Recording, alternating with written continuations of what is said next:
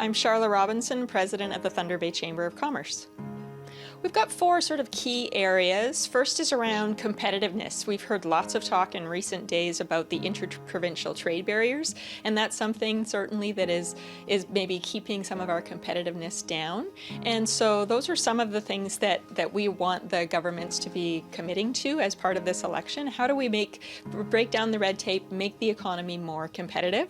Also a lot about people, labor shortages, so things like immigration programs to help to support bringing newcomers to our region to fill those unfilled skilled jobs, and providing the training programs to allow folks to get the skills that they need to fill the jobs that we have. So, having the qualified people is so important to our economy.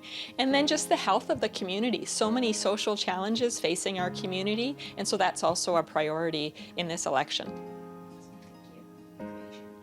It's a little early. I haven't seen too much of specific policy platforms, but certainly we're talking about some key things around, as I mentioned, competitiveness, forestry, some supports that we need for forestry to help our forestry industry to transition to the biomass economy, wanting to ensure that we have the people we need and getting a specific set aside for 3,000 people to come to Northern Ontario through the immigrant program, as well as other challenges around funding for social programs and housing, and just generally supporting businesses, especially as we're going into potentially some challenges with our trade relationship with the U.S., making sure that the provincial government is prepared to support the business community through any of those impacts.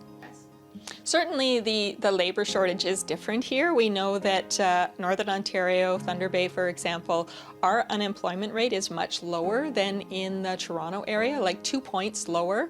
So it really reinforces the message that we need to have the provincial support to bring more people here to help to fill those jobs that are going unfilled.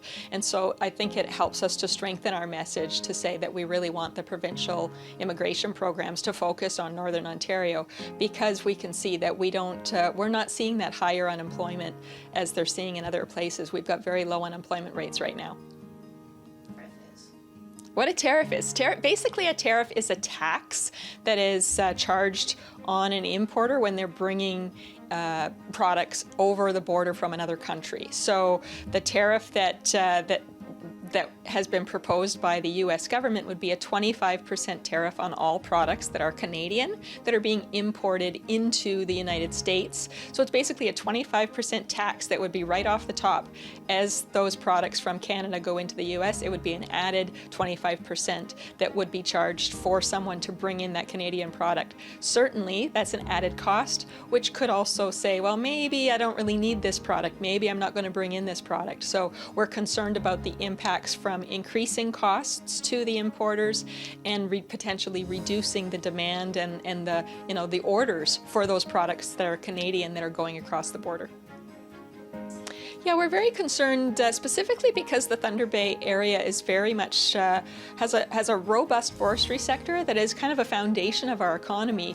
The forestry sector is responsible for thousands of jobs literally in Thunder Bay, whether that's direct jobs, the people who actually work at those operations, or the suppliers and the services to those, to those businesses. And so if we start to see tariffs, because so much of our forestry products go to the U.S., that will have an impact potentially here locally directly, and then that will flow throughout the local economy.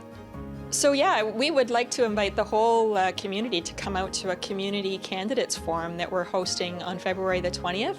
Watch the media for details as those are still being confirmed, but we would definitely invite everyone to come out and hear what the local candidates have to say to help you inform yourself before you vote.